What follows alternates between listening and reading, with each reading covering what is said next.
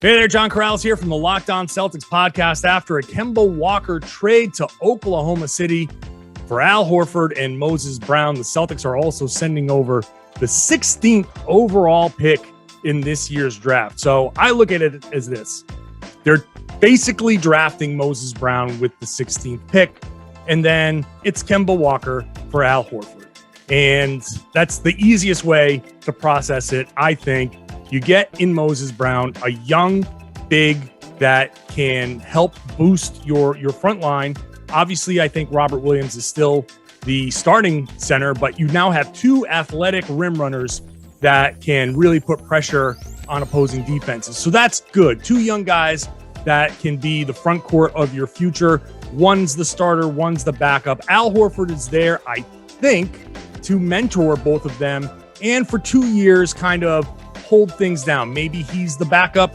Maybe as they develop Moses Brown, they work both of them in. Maybe Al Horford's even the starter at some point here. That will have to shake out with whomever the new coach is.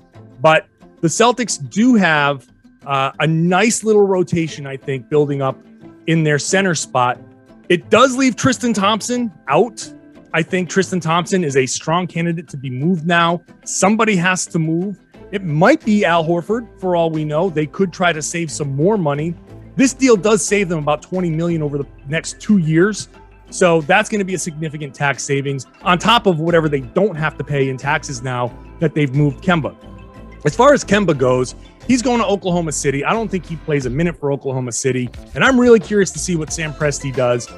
Presti now has 3 first-round picks in this upcoming draft. 2 of them could be in the top 5. So he could be building his new super team right before our eyes in the next month or so. And then whatever he gets for Kemba Walker will be super interesting because I think that he can get something valuable. I still think Kemba Walker is a good player. He finished the regular season strong before the bone bruise knocked him out of the playoffs, but he's still very capable. So I think there's still some value there, and I'll be very curious to see what Oklahoma City does. Boston saves money. They get a good young prospect. They get Al Horford back. Robert Williams loves Al Horford. Boston loves Al Horford. Well, most of Boston, I think.